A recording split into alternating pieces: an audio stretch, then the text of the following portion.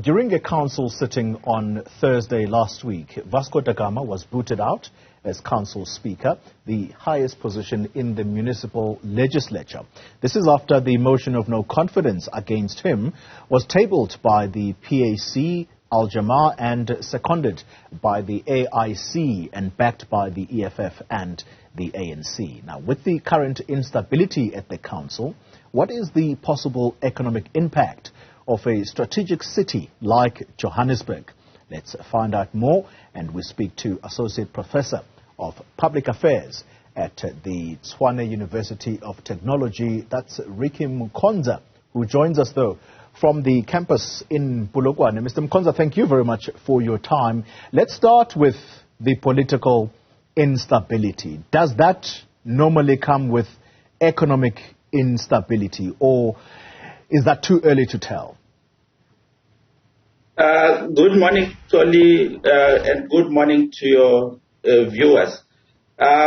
Indeed, theory tells us that economic development is preceded by political stability. So obviously, the instability in the coalition government in the city of Johannesburg is likely to affect the city economically. Not only economically, but also in terms of the city's ability to provide public goods and services. So yes, there is likely to be that impact on the economy of the city. Yeah. A city like Johannesburg, Mr. Mukonza, is quite strategic in that because of its economic size, whatever happens, it is felt, I would dare say, throughout the country and beyond our borders. I'm talking about the regional partners in SADC. How far and wide would that instability then be felt? You are very correct, Koli, in highlighting the strategic importance of the city of Johannesburg in terms of, in economic terms, not only in South Africa, but even across the continent, because Johannesburg is seen as an economic hub of the continent. So the impact of the impact of what has happened politically, which is likely to have economic ramifications, is likely to be felt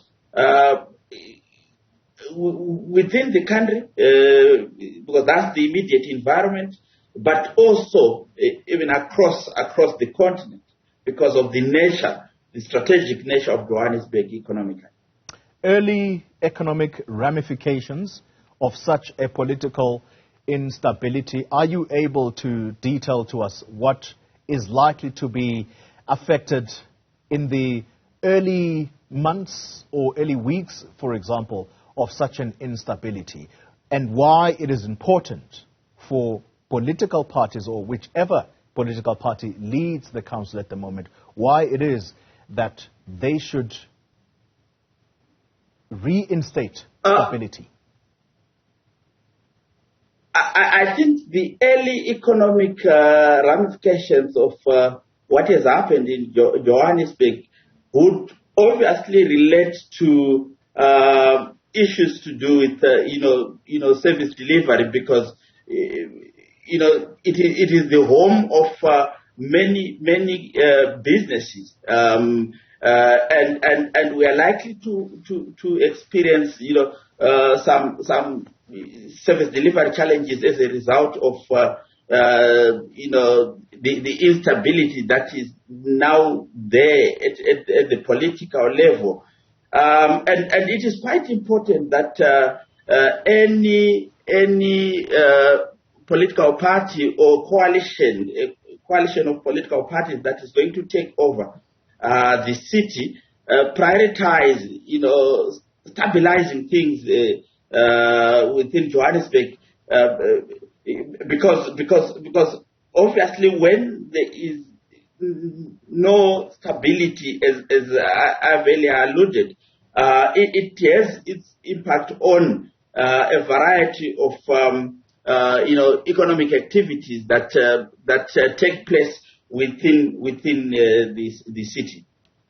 And for people watching what is unfolding, I'm glad you touch on the issue of service delivery, because that instability, then it means that it's going to be felt almost immediately by the residents of this city, who are already complaining about a number of service delivery issues. Why is it that those who are running the city are not, in a way, because I'll be blamed for saying this, but it's almost as if they don't care about the impact of this, what they are doing, on the residents who are ratepayers? Why is it that politicians tend to put themselves ahead of the interests of the residents? I think, Toli, it is a reality that we are witnessing not only in South Africa, but even beyond the borders of South Africa, that politics in the modern day is characterized by pursuit of interests of either individuals or a few elites. What I've picked up is that as long as the decision by such political actors serves their interest, they don't really care that much about the ramifications of their actions to the generality of the people within the area that they will be leading. So you then find that this, what we are witnessing in Johannesburg, is a microcosm of the macrocosm. Final question to you, sir. How should residents then read what's going on? Or perhaps a better question than that, should the residents of the city of Johannesburg, and I dare say residents in cities like Gqeberha, for example, where most of this instability was felt in the lead up to the 2021 local elections, how are South Africans to respond to this when they go to the polls next? Because we are constantly told that coalitions are the future of where politics is going in this country. And so, should residents still keep voting in this manner? Or is it fair to say that perhaps voting in one party that you can hold accountable perhaps is the best option? I think, you see, it's a difficult one to respond to, Toli, in the sense that, voters don't vote collectively, they vote individually.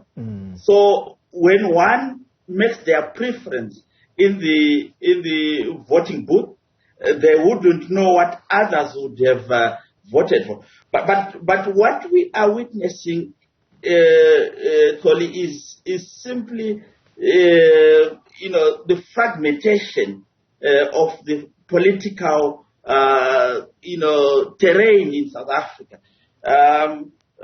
It simply shows how fragmented people, the population is to such a point that some even argue that the era of dominant political parties is long gone. We are likely to witness more coalitions, even at provincial and national levels. So this is likely to be the order of the day. But unfortunately, one of the negative consequences of such a situation in South Africa is that it comes with it it brings along instability, and also, but also the advantage that it brings is that it keeps political parties on their toes. It keeps political parties on their toes because they are not guaranteed of votes. They are not guaranteed of that right to govern. They've got to work for it. So that's the slight advantage that this brings along. Professor Ricky Mukonza, thank you very much for that analysis. He is an associate professor at the public affairs at the Tshwane University of Technology. All right.